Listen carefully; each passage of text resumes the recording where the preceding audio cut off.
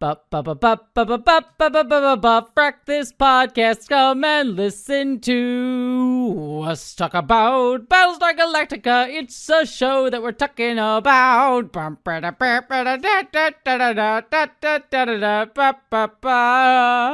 Hello, interwebs, and welcome to the Frak, this podcast. I'm your snackable host, Jesse Gender, and I am joined, as always, by... It's Vera. I'm sure you are a very tasty snack. Oh, I am very, very tasty as a snack. Have you seen The Odyssey yet? No. Oh, okay. Well, I am as tasty as the Cyclops finds Odysseus's men in that movie. So, yeah. I mean, I know this. Yeah. I know The Odyssey. I know what happens. Let's just say they talk about in the behind the scenes of that movie. They made like edible men for the Cyclops person to eat. So yeah, it's just a very satisfying chewing in that sequence. So Lovely. If you're a boarhound, I'm sure that's a good scene for you. No, you don't understand Vor. No, I don't. No, I don't really. And now I'm going to out myself as knowing more about Vor than you do. Vor, wait, hold up. Was that in doubt?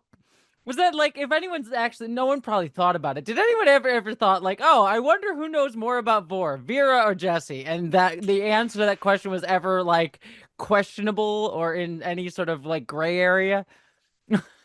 Vor rarely involves chewing. Fair.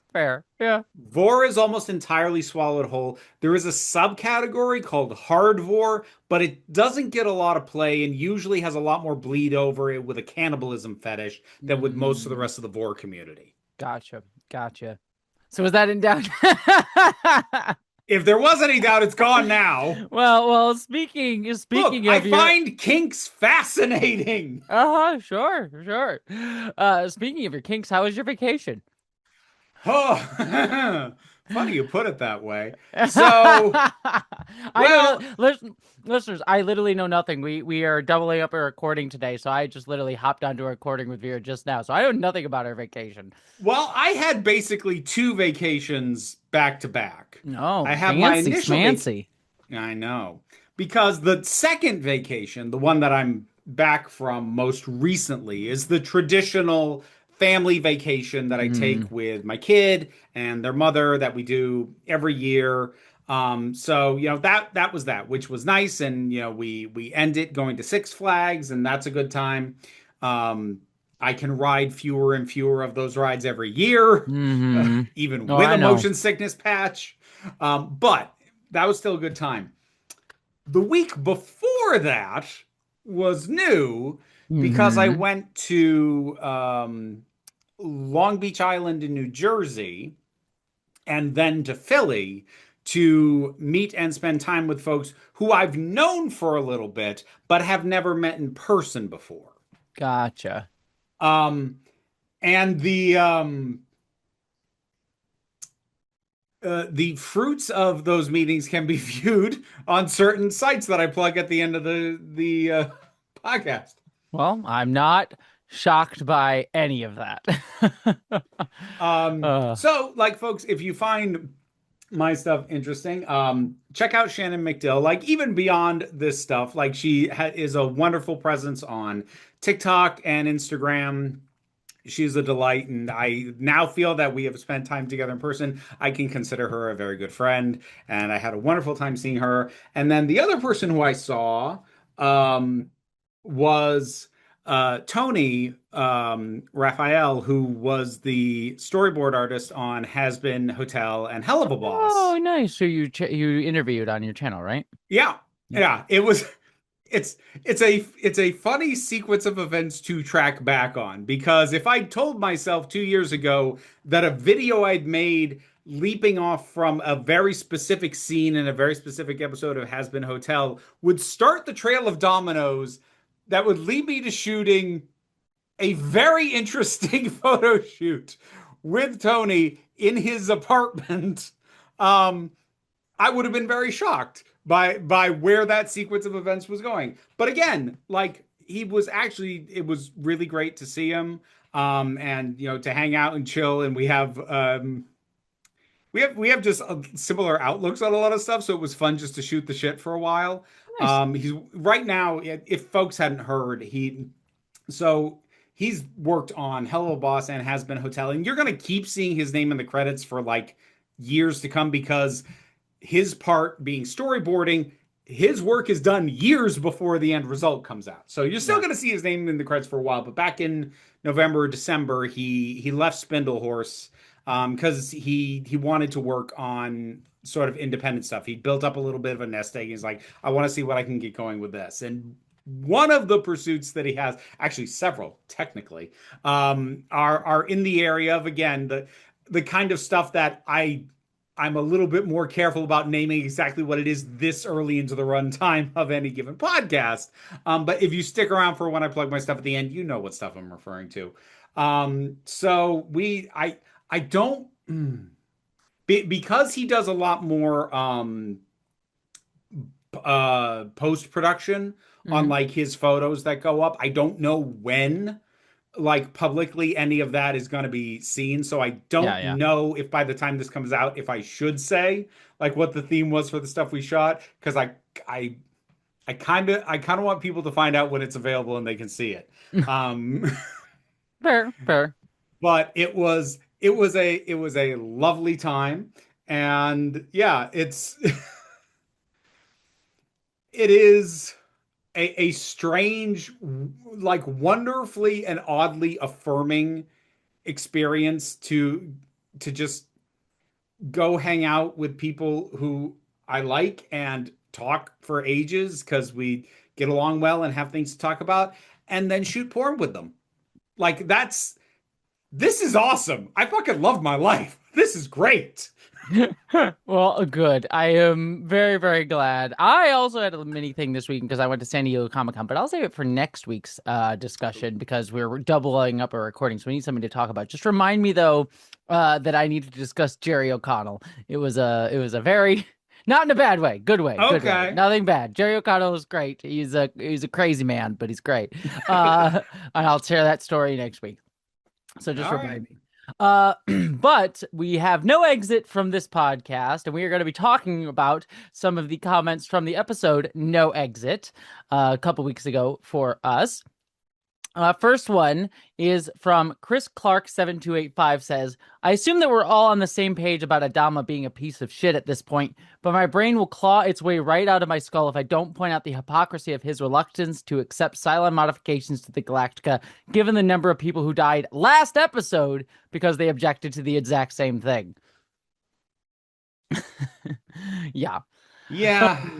The fact that the show portrays like that whole thing as only being like some sort of, oh, look what he's going through. Look how much it hurts him to have these modifications on the ship. It's like, dude, this show, again, it's one more thing that has been a major source of frustration, is how much the show has just readily depicted some real bullshit behavior from Mm-hmm. both Adama and Roslin that the show completely fails to recognize as bullshit behavior.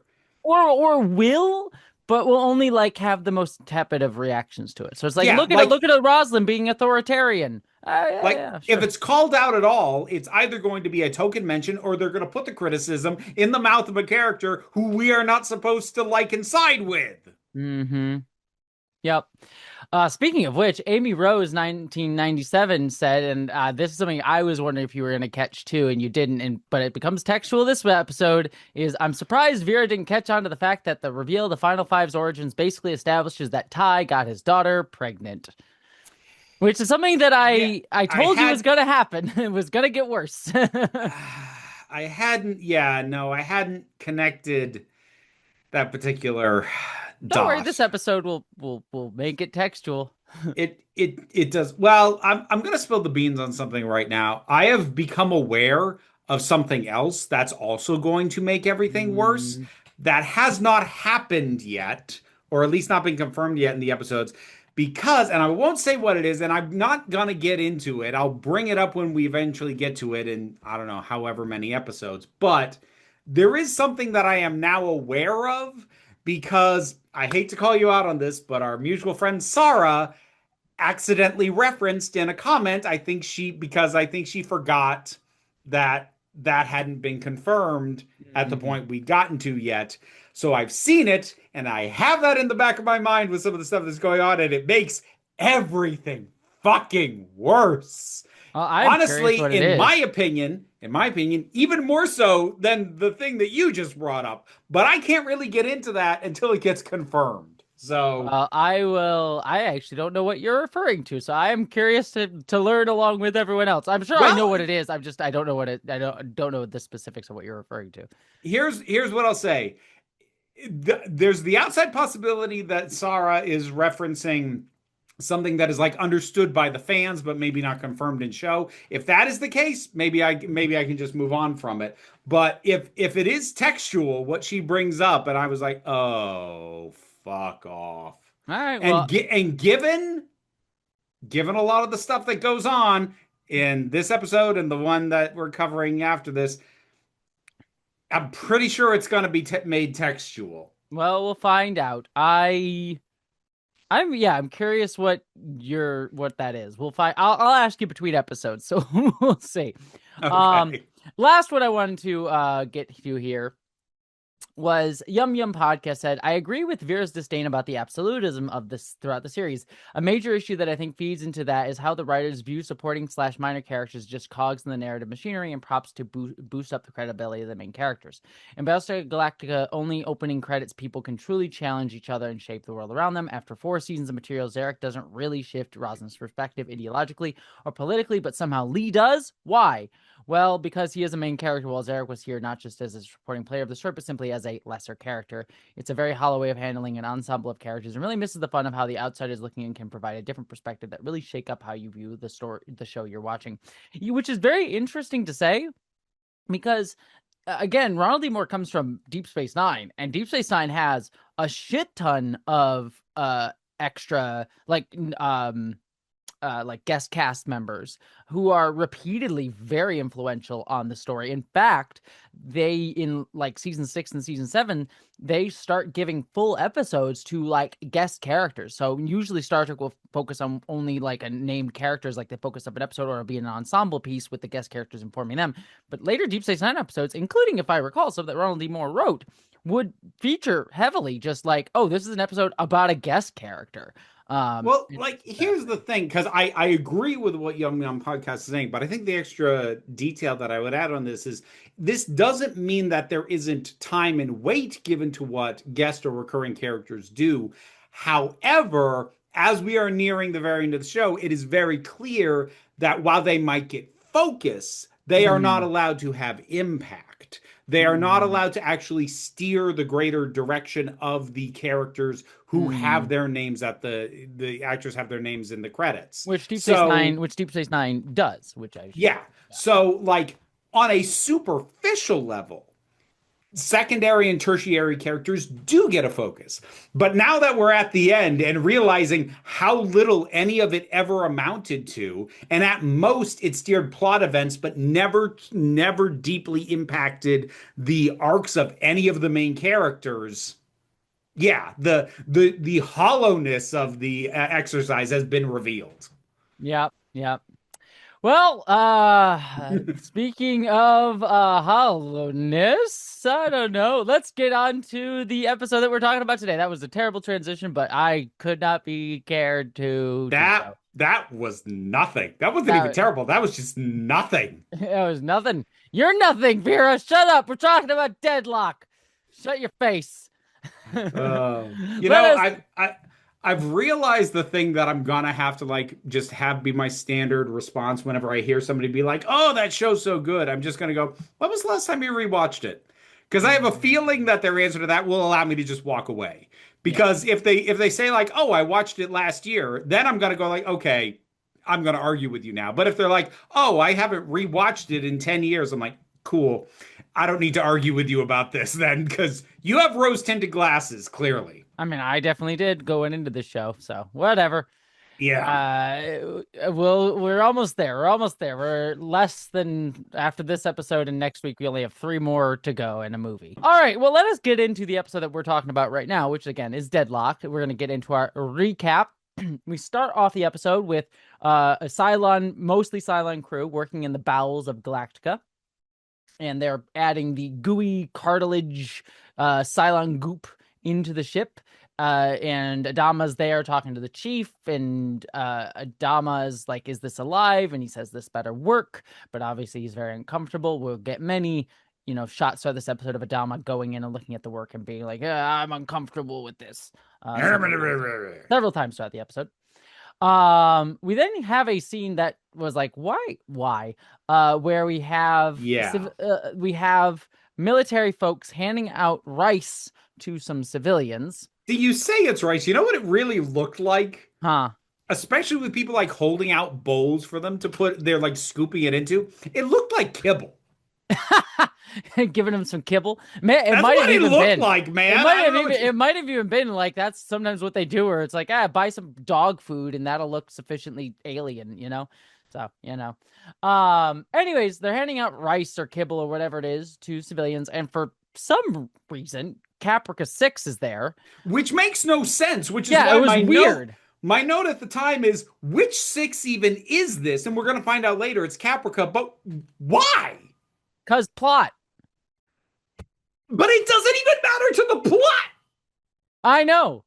It's weird. I was like, why? She's literally like dating the XO of the ship who could probably get his own goddamn food for her. Like, why the fuck is she down in Dogtown, as the show calls it? Mm-hmm. So, Which doesn't help with the fact that it looked like kibble. That yeah, it's the yeah, residents of Dogtown. yeah. I But feel of like course, I've stepped into somebody's kink pet play. yeah, but of course she's down there for some reason, and of course some men see her and they, call her a Cylon and start attacking her, and she gets away, but is obviously worried about her. Oh no, she kicks their asses first, which Yes, like I appreciate that much at least. That like she's yes, not like, oh no, like no, she just kicks their asses and leave, which I mean, okay. I still don't understand why any of this is here, but yeah, okay. yeah. But of course, she goes to Doc Coddle, who gives her an ultrasound to check on her kid. Ty is there, and he says, "I don't trust that machine." And he's like, "I know the irony is irresistible." And of course, they have named the kid Liam. Um, so we'll come back to why the kid is named Liam later on, which is Mhm. fascinating pseudo sexual elements of this episode. Anywho. We then have the Galactica finds a colonial signal that they detected, a lost one, and they're receiving it. So they go out and check on it with some Vipers, and it turns out it's a Sharon. And they're like, what? What's going on with this? And of course, it arrives on the ship, and it is Boomer and Ellen. So they are back on the Galactica.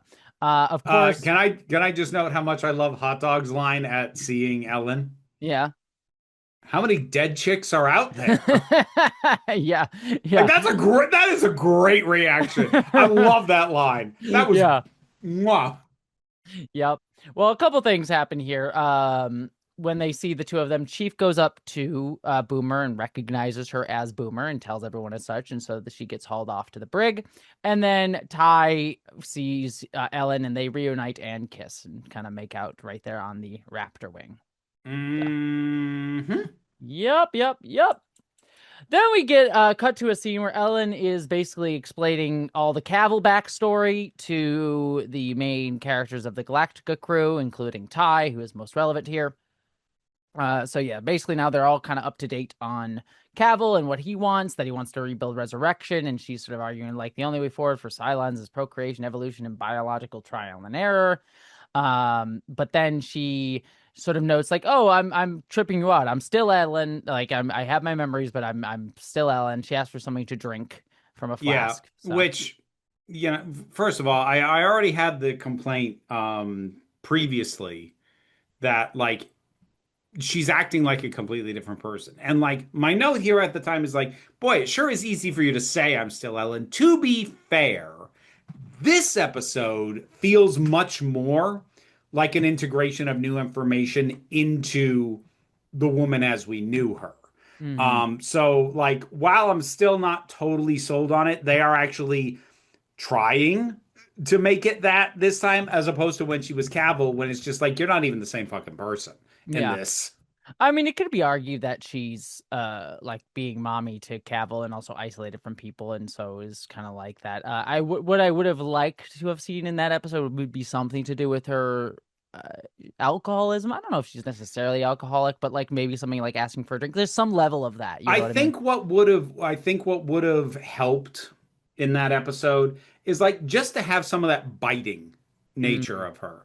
Because like it's not just that like she has different her entire demeanor was different towards mm, Cavill. And I understand that like her relationship with him is going to be different than her relationship with other people, but like to make the point that she's still the same person, just to have every now and then her have that kind of acerbic bite to like some of her lines. mm, Like when she's going to disagree with him, don't just disagree with him, take him down a peg. That's what Ellen does. mm. And they didn't. Yeah, yeah. Well, there is that. But she sort of argues with Boomers, like she helped her escape. Oh, like helped her escape, so don't treat her badly.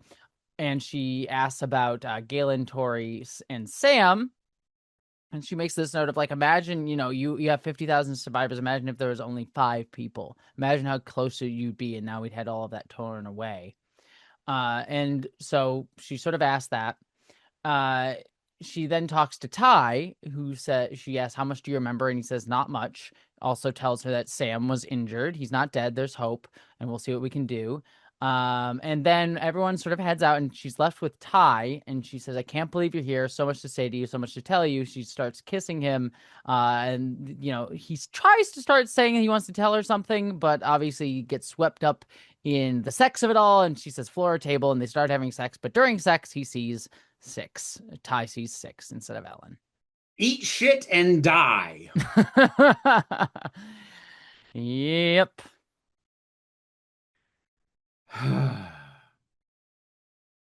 The fuck. The fuck, man. Like I'm not even surprised. I'm beyond surprised by any of this at this point, but I cannot stop being disgusted. Mm-hmm. My lack of shock, because trust me, I have no shock left in me for any of this bullshit. But I will not let my lack of shock diminish how fucking gross this is. And how, especially with some shit that's gonna go on Oh God, yeah, with yeah. how much emphasis later about the supposed connection between Ty and Caprica, that he is just like, and he has the stupidest shit-eating grin on his face where he's like, when he gets pushed back on the table. It's like this is ah. I am going to say something that I need to say to get it off my chest. I will clarify, I am not accusing Ronald D. Moore of anything in terms of actions or even necessarily beliefs.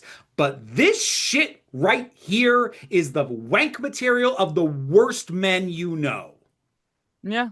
So, Yep, I don't disagree. And the thing that fucks with me is we'll get in later into this episode, so I'll just kind of say it here and now, is the whole thing about, oh, who does he really love? It was like Ellen and Ty is whoever gives him positive attention, that's the answer. yeah, Ellen and Ty is like whatever toxic nonsense is going on with them, which was interesting and decently portrayed in the earlier series. Not healthy by any means, but toxic. No, But was at least it like, was oddly one of the more compelling relationships, actually. yeah. But not now, not with the added complications. Yeah, but the shit between him and Caprica is not fucking love, or at least not in any fucking good definition of the fucking term, considering the impetus of that relationship and the fact that the show has zero awareness, absolutely fucking none, not even a single iota of it. The only element that does get brought up, as it we'll talk about in a second, is the parental element of it, which kind of just gets swept aside relatively quickly.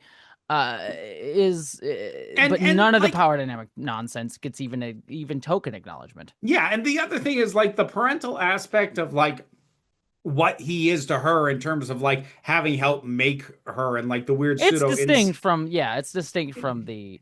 it's distinct, but also it's one of those things that gets swept aside by the sci-fi bullshit of the Mm, show. Because like, did he help create her? Yes. Is he biologically her father? Did he know her as a baby or as a small child? No. So, like, the sci-fi bullshit, I'm not going to say makes it okay, but makes it way more arguable. Whereas the thing that is fucked and is representative of actual real shit that happens and is fucked gets zero acknowledgement of being an issue.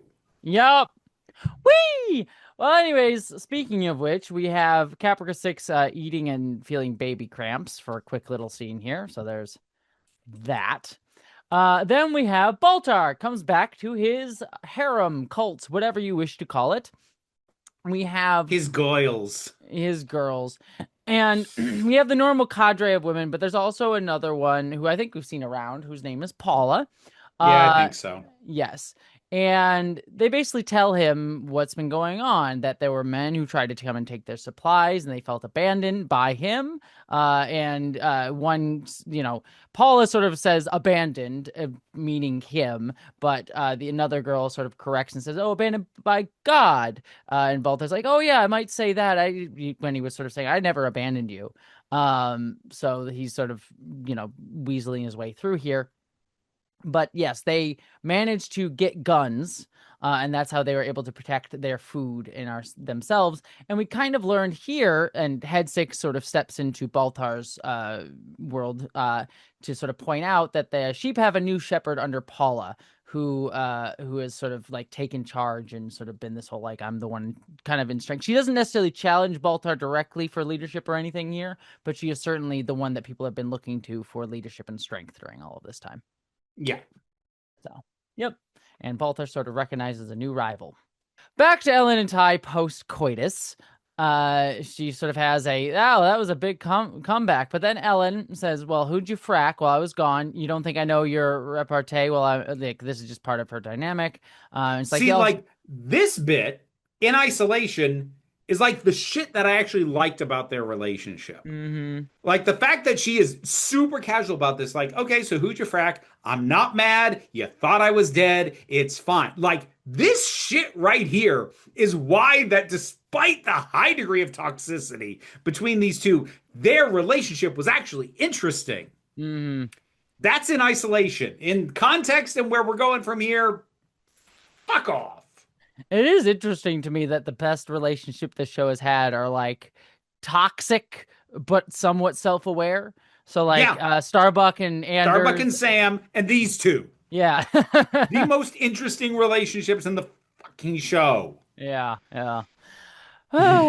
Anyways, Ty says it was a 6, Caprica 6. And then Ellen pointed out, like, we made 6, and this sort of like throws her. And then Ty says, "I thought of you always." Which is a real fucked up thing to do and say. Yeah, I'll at least give Ellen this. She does say, "Please do not tell me I was your mental porn." So I'll give her that. She does call that bullshit out. So, yeah, and then she asks, "Are you still seeing her?" So, yep. Another quick little sequence of Adama walking around the bowels of the Galactica, seeing the silent goop getting put in and him being all concerned about it. So we get a little sequence of that. But then we have the final 5 meeting around Sam and sort of seeing him as he's lying at this point, seemingly brain dead. We also have not Boomer, but a Sharon and a 6 from the Base Star who are also there. And yeah, so they're all talking about Sam here and like discussing whether or not they should do anything. But then the 6 from the Base Star says, "Well, we belong together. You should join us on the Base Star and we'll start a new life. We should abandon the fleet. We'll jump away and we'll go do whatever. We'll take Sam with us. He'll be better treated there." Tori argues for this. She says, we need to be the pure 13th tribe. So we're adding some like, racial purity stuff into this discussion here with the Cylons. Yeah. As comes a textual conversation, and certainly also on the Adama side as well has also been a thing as well. And Ellen discusses, well, Hera is the hope for the new blended future of the Cylons. So yeah, Hera's important because she represents that. Tori says, well, now there is another way. We have, we can get pregnant together, as Caprica 6 is evidence of. And so we have options.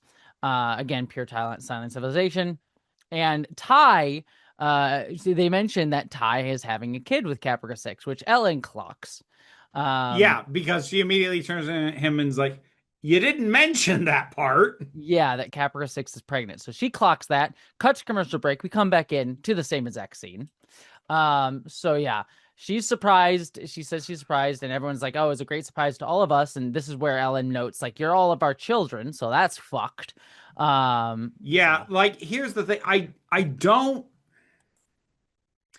don't understand why the show is drawing attention to that comparison in this scene. Like when she was talking with Cavill, it made sense to paint their relationship in that way because mhm. she was trying to step in as a maternal guiding force and he was rejecting that. So referring to herself as his mother or somehow his parent made thematic sense there.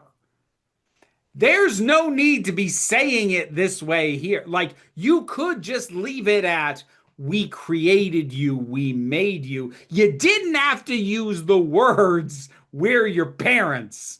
Because, ah, Yeah. like you said it before in a context that worked. You don't have to keep using that. Pretend that we didn't notice. Hope that we don't connect that dot and don't do it again. But no, they just fucking I do it. don't even mind them using it if like they're gonna explore it in any unique way, but Well, they're they not going to don't. explore No, anything no, no, interesting. no, That's no. this Of course fucking not. show. Of course not. And it's just like a limited imagination too of like just comparing it to just parental stuff. Like again, it makes sense in the Cavill relationship, but in other relationships it is not. So yeah, it's just it's an odd thing. Anyways, Ellen sort of goes after Ty's like, you cannot stop poisoning me, sort of getting angry at Ty. The chief sort of stops all this, is like, hey, look, can we talk about the offer and discuss the baby later? And Tori sort of argues, well, majority rule. Like, you guys, you were the ones who came up with the majority rule thing. So we'll all vote. The five of us has to vote, and we'll decide from there. And you'll all be bound by it, by whatever that majority vote is. So Mm-hmm. they call the vote. Tori obviously votes yes, we should go with a base star. Chief votes that they go with a base star, and they said, well, Anders is. I think Tori sort of starts arguing, is like, well, Anders is knocked out, so he doesn't get a vote. And the chief, and I appreciate this from them, is like, we know what his vote would be. He would vote to stay. Yeah, like So like the things that he said before he went brain dead make it very clear that he thinks we should be staying here. So no, you don't get to discount that. yeah, I did appreciate that, especially even though Chief was voting in the opposite of Anders, that he respects Anders to argue that point. Yep. Um, And so obviously Ty votes to stay as well. So Ellen is the swing vote, and she says she needs to go and take a break from all of this. So yeah, so everyone sort of notes that she is the swing vote at the moment. Yep. So we then go down to Baltar dealing with Paula. And he's walking around Dogtown, and they're sort of looking to trade like jewelry and such to get some more provisions and things like that. I forgot to mention earlier in the other scene they mentioned they have a lot of food now. They have plenty of food to spare. So now they're walking around Dogtown, and Baltar sort of thinking of ways, very obviously, to try and wrestle his flock back to him, as he would put it. He sees a young woman, and he goes up to her and starts talking to her and asks her about his kid. And there's this moment where it's like, oh, what's your kid's name? And she says Gaius. And he's like, oh, I'm so flattered. Yeah, it was his father's name. That I share the same name as his father. was a Yeah, was a like cute little beat. it's so fucking Baltar that he just operates as if he's the only Gaius that ever lived. Yeah, Like yeah. of course he fucking would. Yeah. No, it was very, very cute.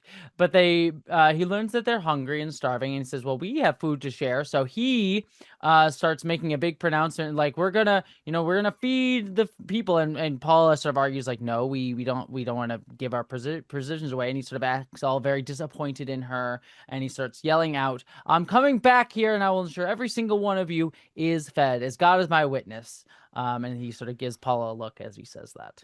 Yeah, like he makes a big show of it, and obviously it's kind of a power play, but at the same time, like he is making he through all this, and like again, the show recognizes that he's still full of shit, even as he makes a fair point, which is we have stores that, and there are literally children starving.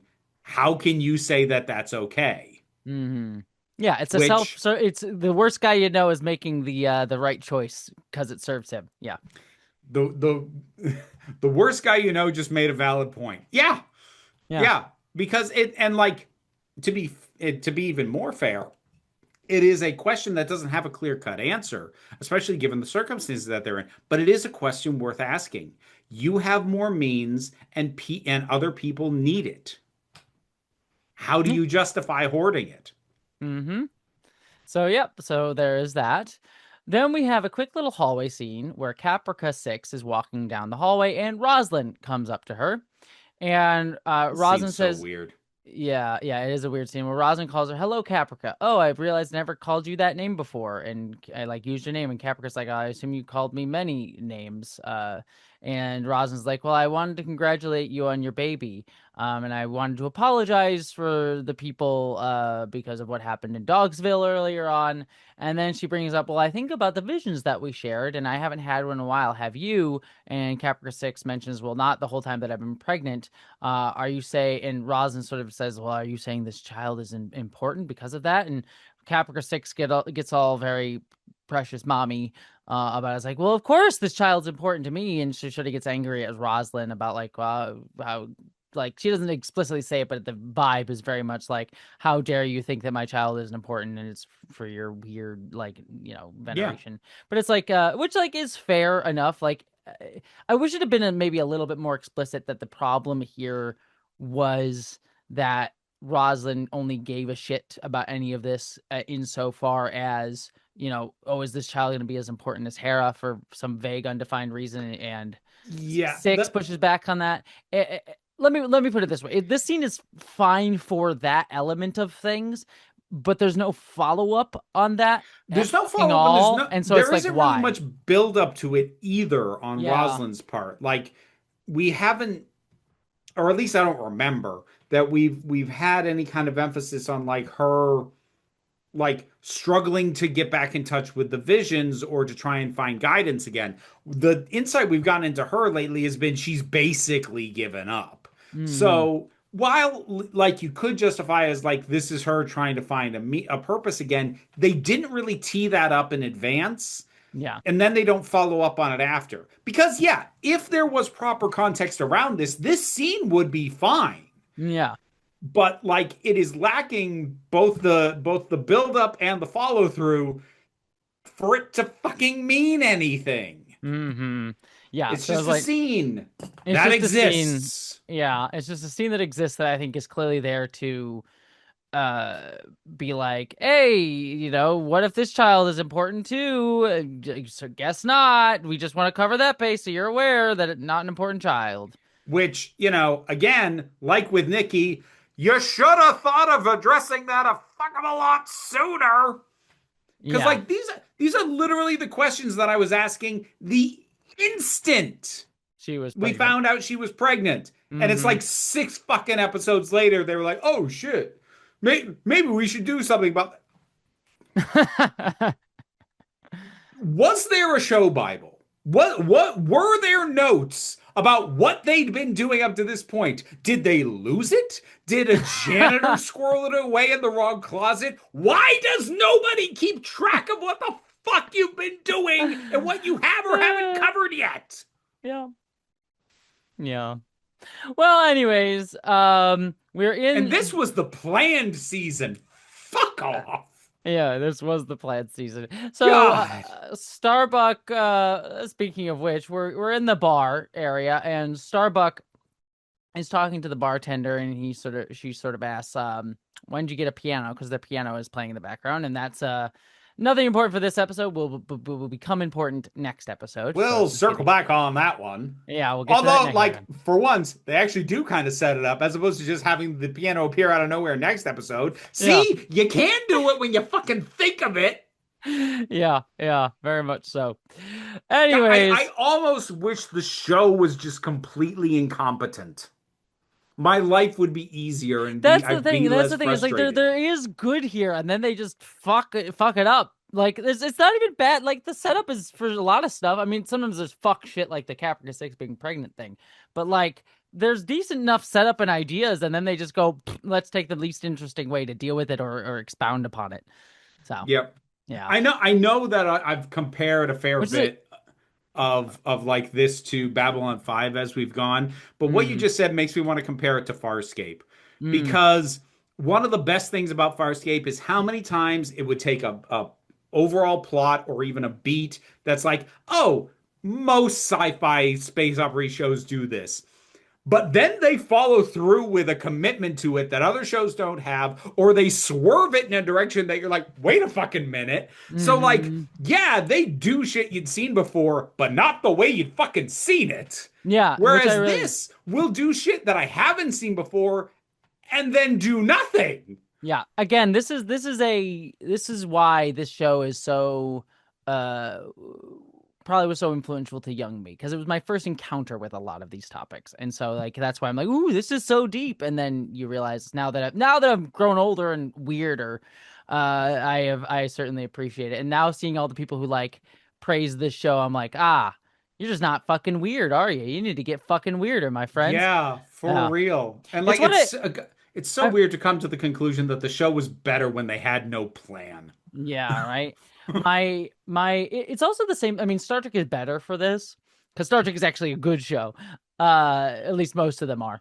Not all of them, but most of them.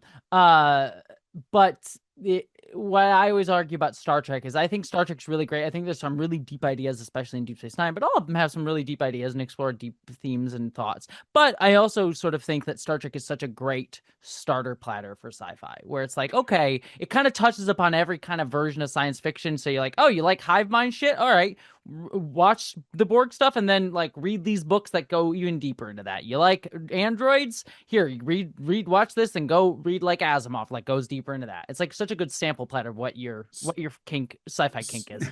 Star Trek is a good sci-fi buffet. Mm, None of it's going to be the best version of that, but you're going to get a chance to sample a lot, and it's all decent. mm-hmm. Now, like, if you really want to dive into these ideas, go check out something that specializes and really drills into that idea. But you'll at least get a taste, and you'll go, I'd like more More of of that. that. I would like more of that. Where can I go and find a place that specializes in that? Yeah, yeah. So Yeah, this Star is Trek is the buffet of sci-fi. yes. Anyways, so yes, we're in the bar. Do you want androids or do you want ghost candle sex? I We got mean, it all. I'll take both, please. Yes. We got puppets, we got musical episodes, we got body swaps, we got horny Vulcans, we've got non-horny Vulcans. We can do whatever the fuck you want. We've got philosophical discussions and we've got lizard man wrestling. What do you want? Yeah. Yeah, we got salamander evolution sex. It's great. It's all here for you. Uh Star Trek's fucking weird, man. it It's definitely is. like, and I say that with love. Yeah, yeah. Anyways, we are in the bar with Starbuck and the chief shows up. They start shooting the shit a little bit. You know, they start talking about like, oh, look at the Ellen and Ty on that bird. It was a makeout session. And then Starbuck asks, have you gone to see Boomer in the brig yet? You know, you should go and see her while she's sleeping. I watched Sam until I couldn't handle the fun anymore. She sort of says very sarcastically. So, yeah. Yep. So yeah, Chief's got feelings about Boomer being back. Again, another scene of Adama looking at the Galactica again. Another sort of repeated beat there as he looks at like the red glow of the goop infesting the ship. Infesting may be the wrong word. Combining with the ship, I guess, would be the best word. Anyways, Ellen then goes to visit Caprica 6, and this is a very much like, oh, I'm going to try and pretend to be like I'm playing good, but obviously doing the little like, oh, you didn't tell you thing. So being very toxic in an Ellen way. I mean, like my note on this one was, okay, see, there's That's Ellen. Yes. This scene is very Ellen. Yes. Yeah, that's the Ellen that I know and I'm not sure I'll say loved, but I will say have missed. Like Yes. that's her right there. Yeah. Yeah. Well, she goes into Caprica Six's room. There's an offhanded line that doesn't get addressed where like Caprica Six says, "How'd you get the guards to bring you here?"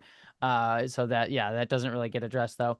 But yeah, she says, "I thought maybe we could have a drink. I wanted to talk to you. You know, things between me and Saul. You know, I know they're crazy when he's around. You know." She mentions like, "Oh, we had sex," and then she's like, "Oh." Oh, he didn't tell you about the sex, did he? She's clearly Hmm. playing a bit of mind games with Caprica Six here. I was like, oh, I tried to come here to be good, but but you know what? Don't worry. You have all the proof that he loves you right there, in your stomach, because getting a woman pregnant means you love her. That's how that works. Though, to be fair, let me put it this way: in this scene, that line is fine because it's coming out of Ellen's weird toxic bullshit. But then the episode seems to take that as read later on that getting a woman pregnant means you love her, which not fucking true. Yeah, and I hate this show's weird reproductive logic of like, if you love hard enough, you have a baby, which kind of goes back to season one with Hera. And this particular episode is especially egregious if you time out the instances when there are complications with the child. Yep. Because when did Caprica like have those little mini contractions earlier? It was when Ty was fucking Ellen. It's Hmm. it is not explicitly stated, but it is, however, presented as if his fluctuating and conflicted feelings for another woman have literally pulled his love away from Caprica and therefore is harming the child. And this will be taken to a disgusting extreme by the end of Hmm. this episode. Intended or not, explicit or not, Oh, the I underlying mean, it is explicit because Ty literally says at the end of the episode, that was me. yeah. So the implications are if you can't get pregnant, it's because you don't love each other enough. And if you have a miscarriage, it's because you don't love each other enough. Speaking as someone who, the mother of my child, we went through several miscarriages before my child was born. Go to hell and sit on a hot coal till the end of fucking time. Whoever conceived this, whoever wrote this, and whoever signed off on it, you all need to fucking burn your asses raw right now. Hmm. I can't even bring it to myself to yell because if I start yelling, I'm going to blow my mic out. This is so disgustingly fucked. Yep. Whee! Everything with this storyline is fucked, and given where this episode fucking takes it at the end, completely unnecessary for anything. Hmm. My only note on this whole scene, because it keeps going, It just and it it's keeps going, but it's the whole like he loved you, I'm not a threat. And one thing I will, I'll just to finish out this and I'll give it back to you. One thing I do at least appreciate, is Ellen mentions if Simon knew you had this baby, he'd want it so badly. She sort of says it offhandedly, and Caprica Six takes offense to that, and Ellen says that wasn't a threat, and Caprica Six rightfully says no, that was a threat. And so it's like I don't know why he couldn't have loved you have children. He loved you. I know that I could if and Ellen sort of argues like if I make him choose, I know the best I could do is tear him in half. I won't. You win. The man loves you.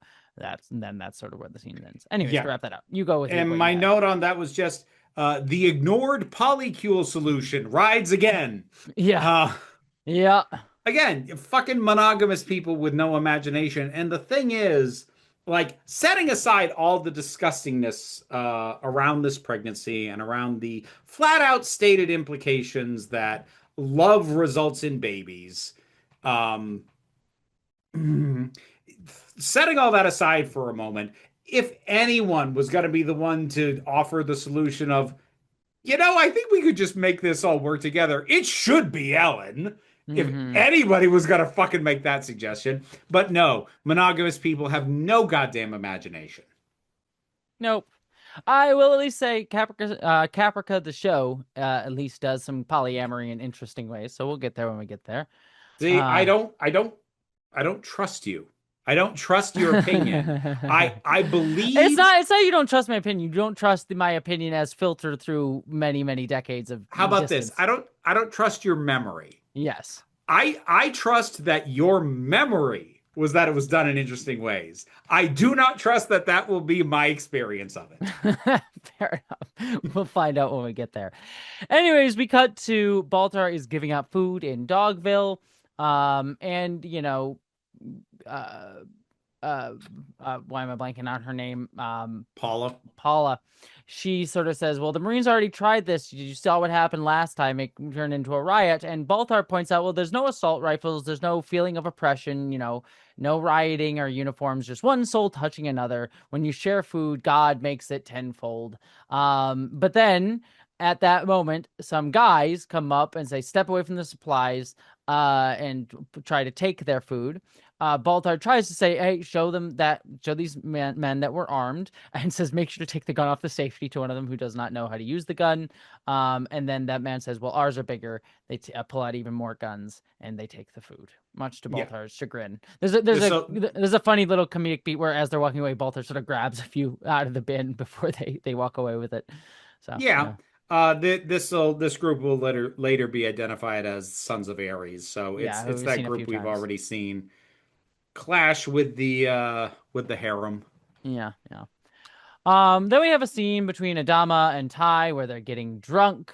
Both there's like Adama's like pouring extra drinks in his glass as they both happen, and they're sort of like asking, he's like, "Oh, any mythic revelations?" And Ty's like, "Nothing to report." Were you born? Adama asks him, he's like, on Earth, yeah, but I don't really remember, but I wouldn't anyways. Nature of the process.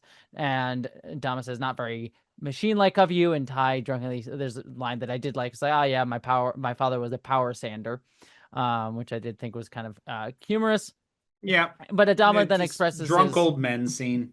yes, but then Adama expresses his anxiety as like they're putting the Cylon goop in the ship. She'll be the Galactic on the outside, but she won't know what she is anymore. It'll save her, Cylon's flying cap and all that stuff. We need their help. But Ty says, well, we need your help. Laura and Lee know it. They don't. Oh, sorry. Ty. Dama says to Ty, we need your help. Laura and Lee know it. They don't think I see it, but I do. I see it. So. My note for this scene is just kiss already. Yeah, well, that was my thing, especially when we learn. I mean, I'll just say it here because we might as well just talk about it here. Is like we learn the name Liam that Ty gives the kid is short for William, based on William, and it's like, yeah, and the whole episode expresses like though Ty has more love for Adama than anyone else. I'm like, yeah, the two of Oh, them that's should have gonna just be fucked. flat out said Yes, later. yes. It's like the two of them should have just fucked, and I think it would have saved everyone so much goddamn consternation. Seriously, like watching these two like get drunk together and laugh together and like look lingeringly at each other, I'm like, just fucking kiss. And like if one of these people was a woman, this scene would be half as long and be 80% makeout with Mm-hmm. this fucking writing team. But because it's two men, Yeah. Coulda, woulda, shoulda. Anyways, Baltar is back talking with his harem, and he's like talking about the Sons of Ares, as you mentioned before. Paula's sort of calling him out. She's like, do you think they'd stay out of the food supplies? Head six says, then Paula walks away. And then Head six comes up and starts asking Baltar, did you really want to feed those people? And Baltar says, I did actually. I actually enjoyed it giving. I loved it. More than I thought I would. I do it long enough. I'd have a giving heart, I feel like. And Head six says, do you think she's Paula saying anything is moving is that giving them hope? And Baltar realizes like, no, she's not. And so then Baltar sort of calls over to Paula, is like, what has Paula been saying? That we mustn't help others? I disagree. You say you can't help others because we're too weak, and I disagree. Paula, I'm disappointed. I'm disappointed in all of you. We're gone for 3 minutes, and you're lapping up Paula's icy pragmatism. There's a way to bring hope to the lower decks. And I go, oh, yay, he says lower decks. He said the thing. To the whole ship, there is a way. Paula says we thinks we can't get what we need. All we need is strength, and strength comes from within. And I like had six at this point. She mentions like, and also guns, and Walter's like, and also guns, more guns, bigger guns. So Yeah. I'm slightly mixed on this scene. Like, there's a part of me that like had that little shit-eating grin smile that you just had, like Mhm. that he's like, strength comes from within, and also guns. Like, that is kind of funny, but at the same time, turning it into a funny but accurate beat of Baltar's character does again gloss over a conversation I'd actually legitimately like to see people have. Because, like, again, Baltar's approaching this from a how do I wrestle control of the flock back perspective, but the actual questions being raised are ones that I would like to see delved into, because there is a legit question to be asked about to what degree do you do everything to ensure the safety and continuation of your own group, and at what point does that become isolationism when you could help other people but don't? Where is the line between we could save other people and if we try to save them, we will all die? Like, I'm working my way through BoJack Horseman, and in the Mhm. third season, during a very harrowing episode, but there's a recurrent thing where Bojack is talking with this woman who she wasn't really his agent. It's hard to explain what she was, but she's trying to explain to him, why she's done with him. And the comparison she keeps making that he keeps forgetting because he's on a bender and keeps blacking out. But she keeps trying to explain, I was a lifeguard once, and I was taught there are some people you don't go out to try and save because they will drag you down and you will both drown. Some people you can't save, and if you try, it will kill you both. And there is a truth to that in the micro and the macrocosm. Like, but it is a question like, where is the line? You can't just hold that as you're like, I don't help anyone because they will drag me down, because then I'm sorry, you're a fucking monster. But there is truth in the idea of if you if you spread yourself too thin in trying to give to others, you maybe everybody dies Mhm. because nobody has the sufficient resources. Like, what is the best ethical solution between questions of everybody starves but more slowly, or only a small number of people starve while we don't?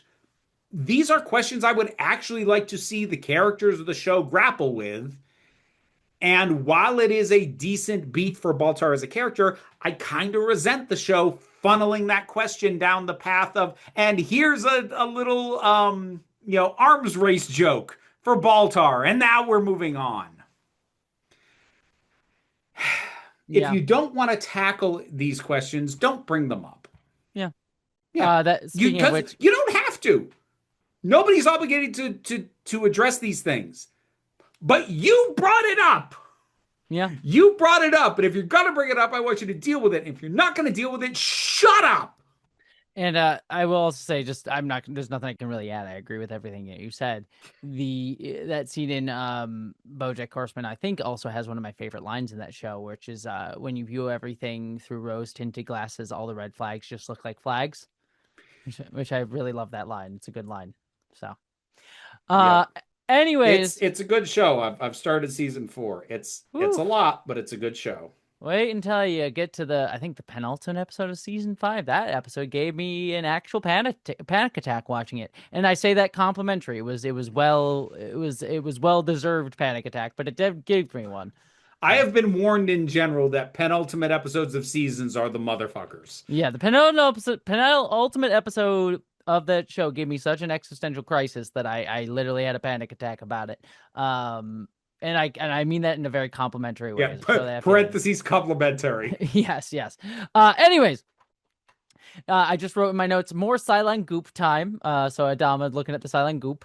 Then we have a scene where Ellen and Ty have supposedly set up to meet in private, and Ty's like, "I have to talk to you," and he's like, "Hate me, I'll take it." But the Galactica needs the base ship, and this is bigger than just that. You know. And Ellen said, "Well, why'd you make love to me when your real love is at home? Bill needs the base ship. That's what you're really trying to say." And then she goes like, "Well, I went and visited your room, and her like Caprica 6 brushes where mine used to be. I was the one that got us that mattress." But then at that point, Tyrell, Tori, and Caprica 6 all come into the room, and Ty is basically upset that she sort of invited them all here. But then Ellen reveals that her vote is we're all joining the base ship, all of us. We can jump away from the fleet. And then Caprica 6 says she doesn't really understand what this means. And Ellen says, "Well, I thought Hera was the only hope for us, but that's not true anymore. We can have your pure Cylon culture." And Ty points out, well, pure Cylon culture doesn't work. Pure human doesn't work. It's too weak. So he's sort of arguing for that. And Ellen sort of says, "You don't know what you really love." And Ty's like, "Yeah, I know this, what she's doing right now. It's petty and vile." And Tori sort of argues, "Well, again, you invented majority rule, so you're all bound by it." And Ty says, "Well, we're the ones that invented he says, "We're the ones that apparently invented majority rule, so frack that. Go, be pure and safe. I'm not going." And then Ellen sort of takes this as an opportunity to point out to Caprica 6, this is something you can see now. There's something universe that he loves more than me, more than you, and that's Bill Adama. He should have just fucked. She doesn't say that, but they should have just fucked. Yes, they should have. Yes. And yes. And then so Ellen says, like, "I always knew this, but I always wondered if a baby would change that, but I guess now I know." But because of this, 6 goes into labor because she's so stressed out by all of this shit going down. Yes, she found out that he has love for someone more than her. Therefore, the baby is not being sustained by their shared love. Hmm. Therefore, the baby starts to die because that is how this shit works here. Yep. Well, we go to the sick bay, and Coddle's like helping 6, and he's like working on her. And Ty sort of points out to Ellen, "You knew I would have to choose humans and Cylons, should stay together." And Ellen's like, "I'm sorry, I only wanted to hurt you, not her. Of course, Cylons and humans need to stay together." And Ty's like, "You didn't think it would hurt her if I let her go? You didn't think about her at all." And you know, uh, it's a good thing we couldn't have them deify us, so we invented a god. Like that's why we did that. And points out like we didn't invent anything because it was the Centurions who already had God, but sort of an offhanded thing that Ty says. Which is another thing that really feels like it should have been delved into and hasn't been. Mm-hmm. I will say Caprica, the show, does delve into that at least. Like where the Centurions get God from, which is interesting. Well, Cool. we'll see. Too We'll see. fucking late. We'll see. We'll see if it's Too fucking interesting. late. Eat shit, Ron. You too, David. Both of you. Go to Uh, hell. well, Helen says I shouldn't be here, and Ty says the first intelligent thing that you said. Saul is worried about Caprica, so he sits there. But then Ellen comes back, and she sort of gives moral support to Ty. I do actually like the beat that she comes back but shuts up. Mm-hmm. That like she comes back to offer him support, puts a hand on his shoulder, doesn't say a damn word, and he does actually reach back and hold her hand because he does need the support with what's going on. And she's realized that like yeah, she's kind of fucked this up and she's not wanted, but that as long as she doesn't say anything, her presence can still be a comforting factor. I like that beat within a scene that I don't really like, within a subplot that I fucking hate. I do Mm-hmm. like that beat. Yeah. Well, another shot of Adama looking at the Galactica again, just to know how many times that fucking happens this episode. Because you get it. It's a theme. It's a theme that, like, blending human and Cylon together. It's a theme, if you didn't understand it. But then Ellen says to Ty, "Tell her that You you know love what? her." Yeah. You know what? I'm gonna be a real asshole right now Yeah. because everybody made fun of the two guys behind Game of Thrones because especially after that show ended. Because at one point in an interview, one of them said, the themes are for grade school essays. We don't worry about themes. And like you get to the end of Game of Thrones, it's like, yeah, fucking obvious you don't pay attention to themes. But you know what? I watch something like this and I kind of get why they have that attitude. Because if this is what you're used to seeing when a show tries to do themes, yeah, I get why you'd have a dismissive attitude about it and go, themes are for grade school reports. Yeah. Because, god damn it, man. Theme. Get the Fuck. theme. Yeah. Themes are not repeatedly beating people over the head with the same fucking note over and over and over again. But yeah. Anyways. It's the it's not even the themes, it's the concept of themes is haunting this show. Like literally it's in the rafters going, themes, Yeah. themes. Yeah. Well, Ugh. Ellen says, tell her that you love her. It's what she needs, is what the baby needs. And Ty says, Caprica, I love you. All right, can you hear me? This is nonsense. I shouldn't have to say it. I feel it for her, for you, for Liam. I shouldn't have to spout the words if I feel it. I feel it less with words. Just let me goddamn feel it, and it'll fill the room. He Uh, he he sells it. yeah, that's Like a good enough the dialogue's notion. not great, but he's given it his all. Yep, but then Kyle comes in and says, doesn't look good, and Caprica says, well, cut him out, silence babies must be strong. Kyle's like, no, the baby's only 4 months old. I'm not doing that. And then Ellen says, Caprica, listen, I have to tell you, he loves you more than he loved me. You are the mother of his child. It's proof that he loves you. It's shining out of him. So, of course, love and pregnancy proves that you love somebody, as we already discussed. You and he can stay on the Galactica. I'll go with the others, I'll promise.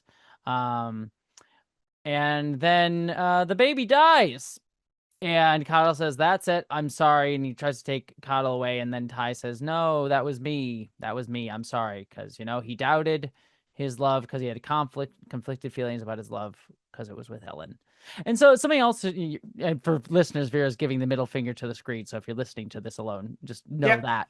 Yeah. The other thing, too, it is worth saying here, too, again, you mentioned earlier, like the obvious polyamory relationship here. But this scene also proves out, like, oh, yeah, no, polyamory is bad. Because it wasn't even that he loved her less in this moment, like Caprica less, is that he also had, like, some level of feeling for Ellen in this scene, and that's what caused the baby to die because he had multiple people that he loved. So of course, polyamory means Yeah. it's What bad. what a fucking monster. Yep. Monogamy is the only true pure love that there is. Yeah. Like just the fact that this show has the audacity to just have characters just say that because he got you pregnant, it's proof he loves you more. Pregnancy is a biological function. It's a thing that happens, or for some people, it's a thing that doesn't happen. How difficult or easy it is has nothing to do with how much love another human being has for another. The thought process that starts with us conceiving a child as proof of our love leads directly down the path that goes to women who get raped can't get pregnant because if they didn't want it, the biology wouldn't work, which is it's fucking wrong. And Mm-hmm. no, I'm not saying that Ronald D. Moore or David Icke or any other writer involved in this believes that. I'm not saying they went down that path, but they are espousing the exact same thought process that is the thought process that results in that line of thinking. Mm-hmm. This is a line of thought that shames women for their inability to get pregnant or for if they get pregnant by someone who they don't love. This is a thought process that says, no, you must love him, otherwise, you wouldn't be pregnant. Or you lost your baby because there isn't love. Or you can't get pregnant because you don't have someone who loves you. This is a thought process that is fucking sick. It is misogynistic, eugenicist, and it is the kind of thought process that is used to justify a disgusting level of control over the bodies of women, and especially what society considers fertile women. The entire cesspit of thought that all of these concepts and things being said exist in is some of the most toxic, patriarchal, misogynistic bullshit that our society has to offer. And I am not saying that the people who wrote it actively think that way, but I am saying that they were happy to regurgitate it without thought as to its meaning or how it would impact people or the implication of a single fucking thing that they said. I am too angry to even yell. I have nothing to add to that. So, yeah. Fun times at the old Galactica. Mm-hmm. Anyways, we then have a scene where Baltar is talking to Adama, and I think Rosalind and Lee are there as well. And Adama starts off the scene because Baltar's there. He's like, "I'm gonna go to the head, do something useful," instead of listening to Baltar, which is a good reaction. But Baltar sort of says, "Look, you've got a bunch of people." And Lee sort of argues for him to talk, and he's like, "You got a bunch of people down in the bowels of the ship with no representation, no recourse. They're broken, exhausted. That's not a recipe for a mutiny. That is a recipe for a revolution." One detail in this I really loved. Mm-hmm. Very specifically, when the line no representation is said, it is directed specifically at Roslyn. It is nice to see someone, anyone, call out the consequences of her not doing her fucking job, Mm-hmm. of her refusing to do her job, to just fucking sit there and openly say, I can't do this, but not relinquish control. And Zarek isn't even the fucking problem anymore. Because even if I bought into the show's bullshit about how it portrayed Zarek and the idea that him becoming the president was innately bad, he's gone now. And you don't do a fucking thing. I like that the idea of no representation, the camera goes to her and it's directed at her because Mm-hmm. you are supposed to represent and fight for these people and you don't do shit. I would have Mm-hmm. liked the point to have been hit harder, but I am glad it was hit at all. Yes. And he says, well, look, Galactica is slipping away from you. You have Cylon, pilots. There's Cylon stuff in the ships. When are you going to bring the Centurions over to help, guard the ship? When you do that, when this becomes a blended ship, then I am here to tell you your people are not ready for that. I am offering you the last human solution you'll ever be presented with, which Dama sort of takes in. And then we cut to Gaius getting a bunch of guns with his And cult. being And very awkward trying to load one of them, yeah, right. which also just basic gun safety, my dude. Why are you loading it? Why are you putting a magazine in it when you just have it like in your little area? Don't fucking do that. Yeah, he also is aiming it towards people, which is like number one no. Because as he's loading it, it's like angled down, but it's like in a direction towards people, which is big no, especially for an inexperienced person. Yeah. Yeah. Anyways, but yeah, he's talking to people. It's like, you do good deeds, you get rewarded tenfold. If you give, you receive. And Paula grabs a gun, and she seems to be enjoying that fact. So Well, she seems to know how to handle it a hell of a lot better than he does. yeah, we're here for Paula. Stand Paula in this scene, in this scene specifically, not overall. All right. We then have a quick couple little scenes here at the end where Boomer is sleeping, and we cut over to Chief sort of creepily staring at her, having conflicted feelings. That'll get dealt with next episode. We'll deal with that next week. We then Mm-hmm. have a scene with Sam, and his brainwaves start activating and going wild on the monitor. So Sam's got some shit going down with him that we'll deal with later on. And then we have Ty goes to his lover Adama and cries in his arms about his kid's miscarriage. This is where we get the line like Liam. His name is Liam, short for William. I do one bit about this scene that I do really like. Is Ty says, I know it's not like Zach. I know, it's not. And Adama says, it's okay. And so I do like that as a moment of like Ty trying to differentiate. Like, I know it's not the same as your son, but I feel it's like a kind of interesting way to acknowledge that. But it's also like, yeah, it's a very real pain. A person having a miscarriage is awful and painful and terrible.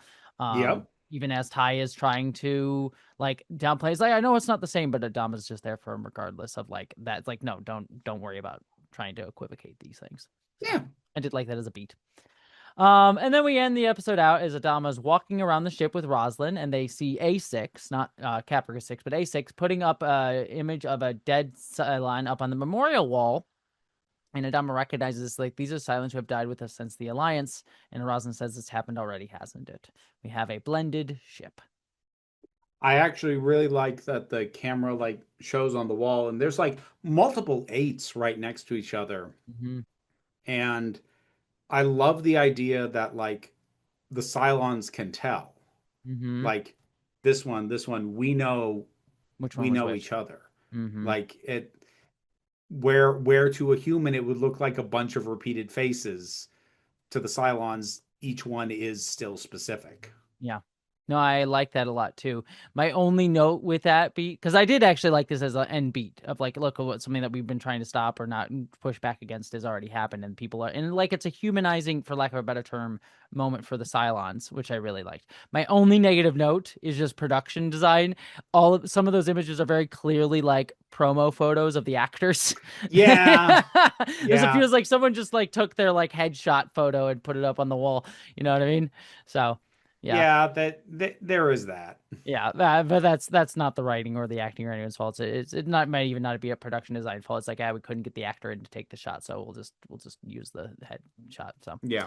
yeah, it was just an odd note. But anyways, it's a nice beat to end out an episode that was pretty fucking awful in its morality and what it depicted in a lot of ways. So yeah, what do you think of this episode, Vera? Go to hell. Fair enough. Yeah, I'll only add on to that. Like the stuff with Baltar is fine. There's a couple moments and beats in here that are also fine, but yeah, everything to do with Ellen and Yeah, the pregnancy if I'm and gonna all if that I'm gonna bullshit is try and be terrible. vaguely positive, You don't need to be vaguely positive. You can be. no, I will try to be because as much as I hate this fucking show, I'm not gonna Mhm. pretend that there's nothing about you here. But like the beats with Baltar are good for his character, but frustrate me for bringing up really valid points of conversation or discussion or philosophy or ethics and just gloss over them to have character beats for him. Decent character beats for him, but like, I know who he is. You don't have to keep reaffirming to me who he is. And you Yeah. definitely don't have to gloss over more interesting conversations to do it. There's a handful of bits with Ellen that I really like, despite the fact that they pretty much all tie into a plot line that is fucking disgusting. Like at every like I have a hard time imagining how they could have done this entire plot line worse. It is very difficult for me to imagine too many things that they could have done that would make it significantly worse than what they did. From how the relationship started to where this goes with this miscarriage. This is a sequence of the worst, grossest, just indicative of not recognizing terrible moral positions that I can think of for a storyline like this. I would have to sit down and actively try to think of a worse way to do literally all of this. Yep. I do not disagree. Yeah. So with all that said, stuff time. Stuff. If you want to find my stuff, you can look for Council of Geeks. Patreon pays the bills and enables me to do this as my living. I could actually really use the help. Things are tight at the moment. I've had a real shit month on YouTube. You and me both, sister. Yeah, views wise and shit like that. So, any help you can give is much appreciated. The Council of Geeks YouTube channel has new videos every Saturday. I don't know what's going. Well, okay. If I've got my timing right, then the most recent video should have been one leaping off from some of the conversations that have happened around the movie Obsession and using it to talk about whether or not certain creators need to stay in their lane. Oh, you're talking about Alex Myers? Oh yeah. You and me too, because I have a much bigger video. It's going to be different topic, but it'll touch upon the same sort of thing, I'm sure. So, Yeah, like I did have to figure out an angle to come at that from because I'm actually mostly going to focus on his apology video because the yeah, actual which orig I don't talk about at all. So, well, yeah. like yeah, because the actual original video he made has been picked fucking clean. Hmm. But no, I put a lot more focus on the apology video that he tried to make and why none of his excuses wash, but also make that part of a larger conversation, sort of the way that it parallels shit like Nostalgia Critics The Wall, or even Ben Shapiro trying to talk about Superman, where stepping outside of your knowledge base or where your format doesn't fit, and you know, maybe the warning signs that you're about to choke on your foot incredibly badly. But that video should be the most recent one out. After that, I don't know. Break Room of Geeks is probably going to be flooded with stuff because I'm trying to catch up on things like X-Men 97, and maybe I'll get to fucking Strange New Star Trek Strange New Worlds, and I'm now like a couple of episodes behind on Game Changer. So I'll have videos out for all that. And as well as whatever else I've watched, listened to, read, or played lately. And you can also find Council Geeks on some social medias. I don't feel like plugging them because who cares? That is the geeky stuff. There is also the spicy stuff. Also, the spicy stuff. And for that, you For can that, look for Vera Wild. very wild. Look it up. Wild is spelled Wilde. YLDE. And you can find increasingly spicy content, including in some places teases for, and then other places full displays of some of the collaborative material that I shot on my vacation Yeah, it gets on, increasingly spicy and increasingly collaborative. You should check it out. Yeah. on YouTube, YouTube, TikTok, TikTok, Blue Sky, Blue Sky. Yep, OnlyFans, OnlyFans too. Yeah. Yeah. Fansly, Yep, definitely on Fansly. Loyal It's Fans, on Loyal Fans too. Yeah. Many Vids, And many vids. Yep. Clips for Sale, Clips for sale. and Pornhub. Although I should specify Please um, specify. Yeah. the spiciest versions of the collaborative material are for the time being only on the OnlyFans simply because You're elitist. Yeah. neither Shannon nor Tony are set up and verified on Fansly or Loyal Fans. I'll still have stuff going up there as daily uploads, but unfortunately, I have to be able to tag my collaborators with verified accounts, and if they don't, I can't. So if you want that specifically, OnlyFans is the place to go.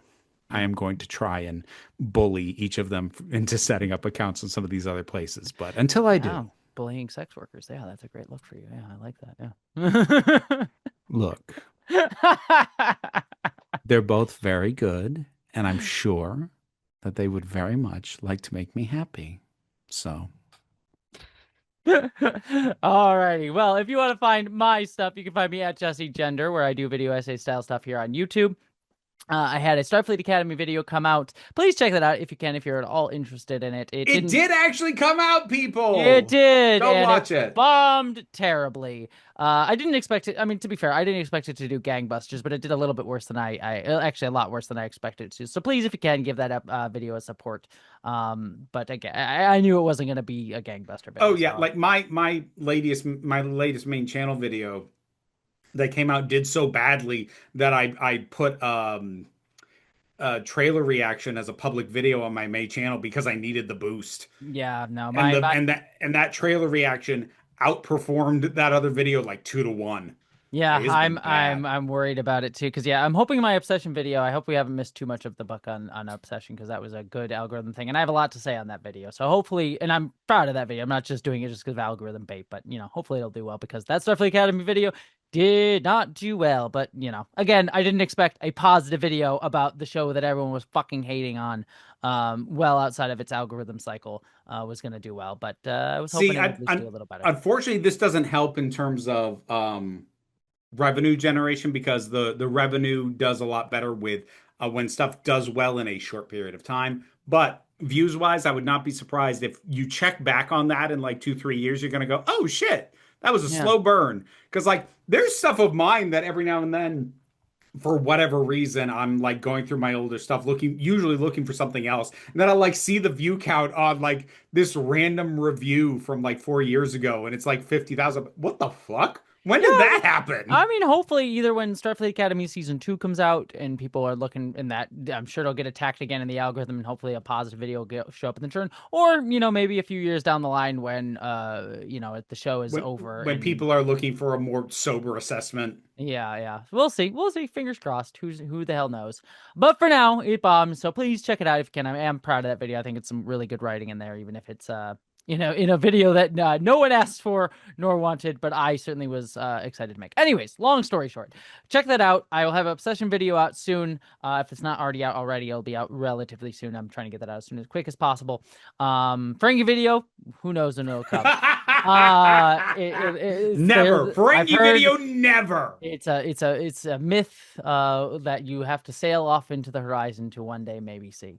But then Jesse did it after dark, as I do news, reviews, reactions. I am currently viewing Star Trek, Starfleet Academy, Star Trek: Strange New Worlds, which surprisingly I am liking a hell of a lot more than I liked season 3. So check that out. Low And bar. yes, the bar was in hell, but it's clear in it, which I do appreciate. Then you can find me on all the different social medias, Blue Sky and Instagram. I'm trying to do a little bit more on Instagram a little bit lately. So check me out over there. I'm trying to be a little bit more aware of that because I see that that's been getting some attention from folks. So I've been trying to play around with it a little bit more.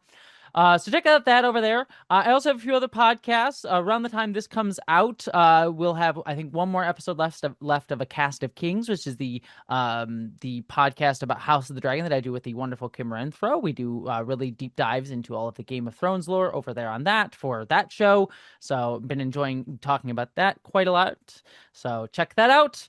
I also have Starter Trek, which is my Star Trek podcast that I do with the only Tawny Newsom, as well as Andrew T, as we go through episodes of Star Trek that Andrew T has never seen. And of course, Tawny and I are very well versed on. It's meant to be a comedy, fun podcast, and I bring the overanalyzing thought too much about this, and Tawny brings the actual very fun comedy and very thoughtful commentary as well.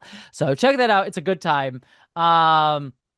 Then I am on Patreon that helps pay the bills. And again, like Vera said, it's been a kind of a rough month. So if you can support her or me, please do so. It would definitely mean a lot to both of us. And then I'm on Nebula, a streaming service that houses my movie identities, and the upcoming show Subliminal that my episode will be releasing at some point in the near future. Though it looks like now they're, as it's been announced, I can say this now, they're going to be trying releasing every episode in festivals first. A Patrick Willems episode just got released in actually either has just gotten released as of this recording or is just about to be released at a festival here in LA, and they are definitely going to be doing the same for other episodes as well. So they will be released, who knows exactly when on Nebula, but they will be viewable in maybe a city or town near you in the near future. So check that out. That is everything that I have at the moment. Anything else, Avira? Nah. All right. With all that said, I hope you all, my friends, live long and prosper. Be seeing you.